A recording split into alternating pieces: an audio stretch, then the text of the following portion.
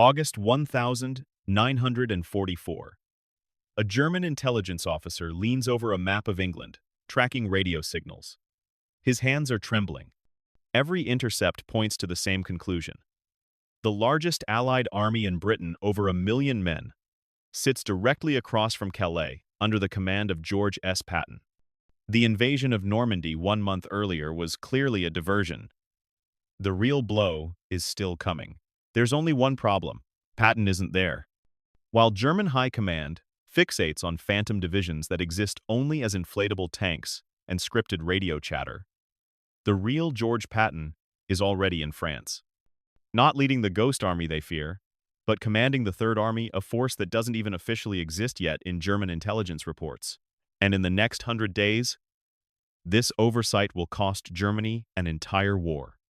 But the story of how German generals came to realize Patton was unstoppable doesn't begin with his victories. It begins with their certainty that they could predict him, contain him, and ultimately destroy him. They would be wrong about all three. The Wehrmacht had studied Patton for years. His tactical writings, his maneuvers in North Africa, his slapping incident that nearly ended his career. German intelligence files on the American general were thick with analysis. They knew he was aggressive, impulsive, glory-hungry. In late July 1944, as Patton's Third Army prepared to break out from Normandy, German commanders felt a grim confidence.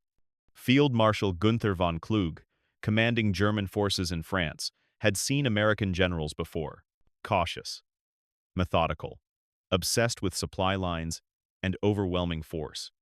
Even Montgomery, for all his planning, moved like a man afraid of his own shadow. Patton would be different in degree, perhaps, but not in kind. The German defensive strategy relied on this assumption. Fortified positions, controlled withdrawals, force the Americans to fight for every hedgerow, every village, every river crossing. Bleed them slowly. Make them pay for miles in casualties. Eventually, the Allied advance would outrun its supplies, and the front would stabilize. It had worked against the Soviets. It would work against Patton. But von Kluge and his staff were making a fundamental error. They were preparing to fight the general they had studied in reports. They weren't ready for the general who was about to be unleashed, because George Patton wasn't planning to fight their war at all. Operation Cobra shattered the Normandy stalemate on July 25th. American bombers turned a 5-mile corridor into a moonscape. German positions evaporated under the weight of explosives. When the smoke cleared, there was a gap. Most generals would have pushed through carefully. Consolidated gains. Established defensive positions. Patton's Third Army became operational on August 1st. And he did none of these things. He poured his armor through the breach like water through a cracked dam. No pause. No consolidation. The Third Army didn't advance, it erupted. 4 divisions smashed westward into Brittany while his main force wheeled south and east. Within 72 hours, Patton's tanks had covered distances that German planners thought would take weeks.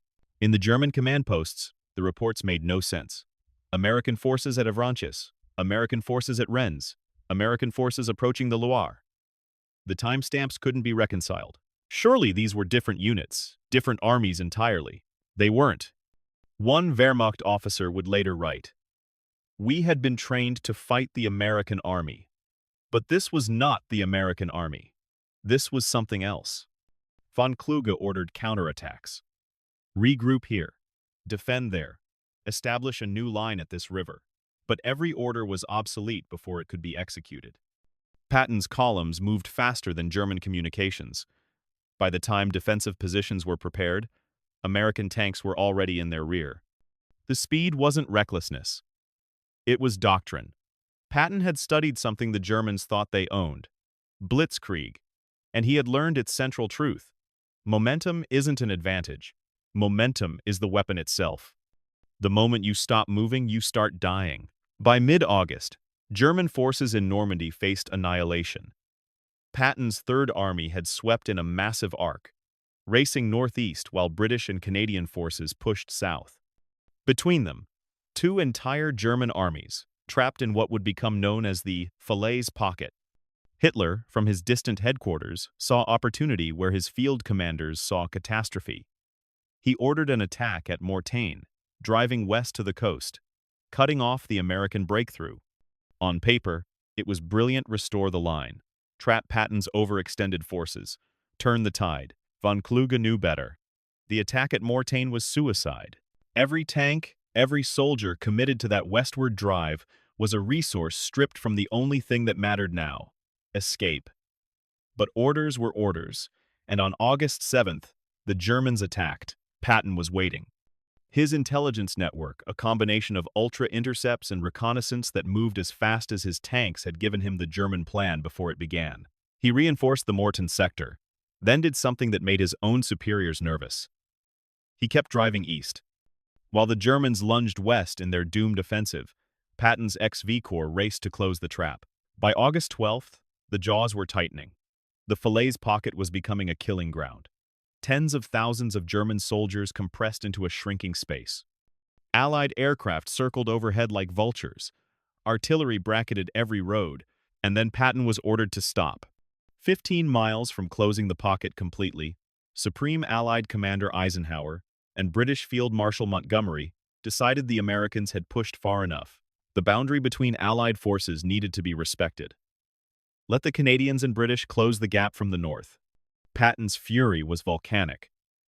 He stood at the edge of destroying two German armies completely, and politics had put up a stop sign.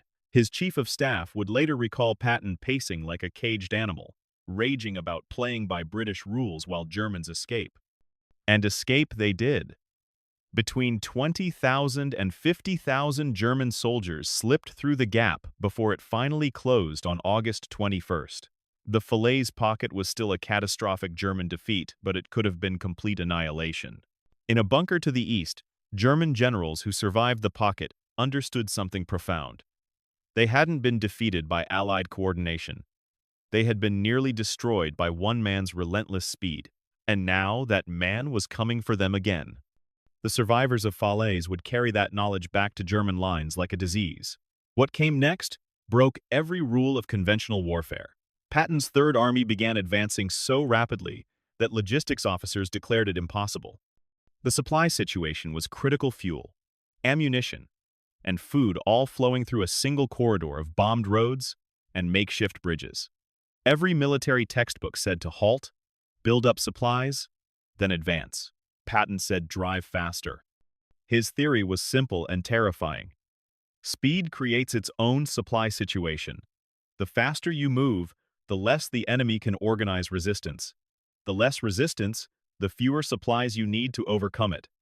Stop moving, and you give the enemy time to build defenses that will cost you 10 times the ammunition to break. Grab them by the nose and kick them in the ass, Patton told his commanders. Keep going until you run out of gas. Then, keep going on what you can capture. By late August, Third Army units were advancing 40 miles a day. Not through empty countryside, through territory the Germans still believed they controlled. Entire Wehrmacht supply depots were overrun before they could be evacuated. German commanders woke to find American tanks in towns they thought were safely behind the lines. The psychological impact was devastating. German soldiers began surrendering to reconnaissance units because they assumed if American scouts had reached them, the main force must be miles beyond. Communication between German units broke down entirely. Orders arrived, addressing situations 3 days old. By the time defensive positions were established, they were defending against an enemy who was already somewhere else. A German corps commander would later describe it. Fighting Patton was like fighting smoke, everywhere and nowhere.